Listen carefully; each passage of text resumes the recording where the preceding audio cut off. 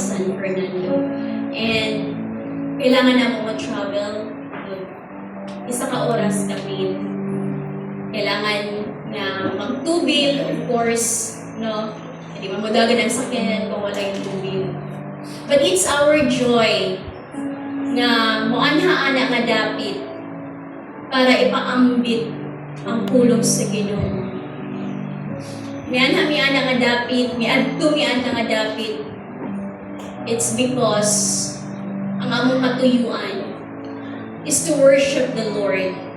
Ang pag-worship sa Lord is not lang sa kaninga muawit ta, mukanta ta. Worship is also an obedience. So mutuman ta sa sugo sa Ginoo. Some of us here na ay mga taga pangantukan, they travel, no? And medyo dako sa dangtubil ana. Ang uban, Vintar, San Isidro, pwede lang sa mga taga-syudad, no?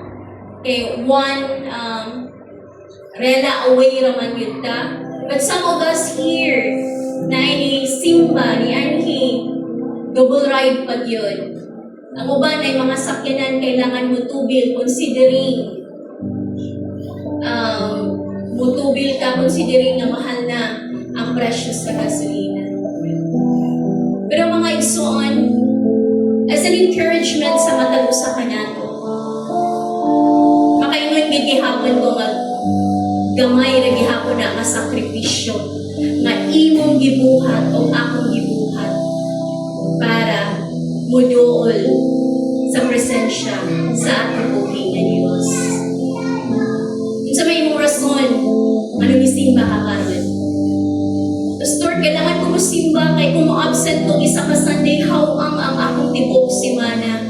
Pastor, kailangan ko musimba tungod kay daghan ko'y problema, kailangan ako si Lord. Yes, it's all correct.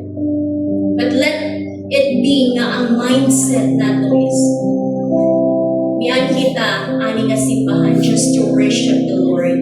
Amen? Praise God. Hallelujah.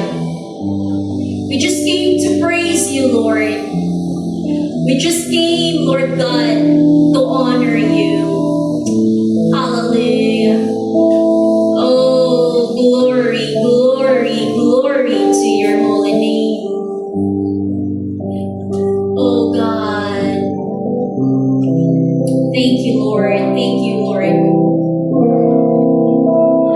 I just came to praise the Lord. Come on, sing it, people of God. Mo pa nang sulod sa imong kasing-kasing garon. I just came to worship.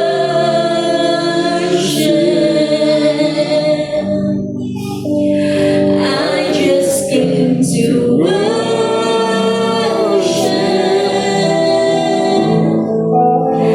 I just came to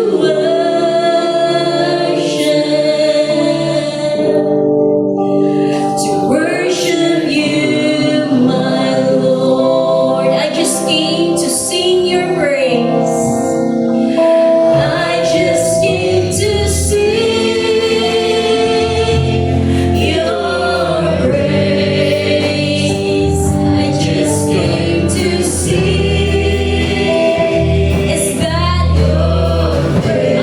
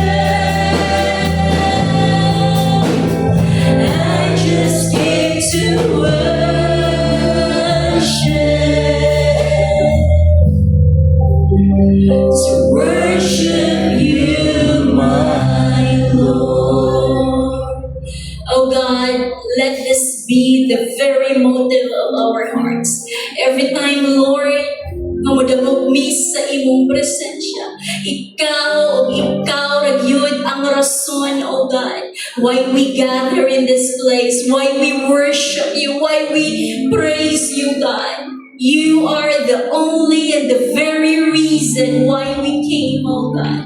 Not for us para mapadalaginan, dili para makadawat o katubagan lang sa among mga pag-ambok, mga mabaw na karason. God, teach us to know you more in a deeper way. We give you all the glory, the honor, and the thanksgiving. This we pray in Jesus' name, and everyone will say, Amen and Amen. So before we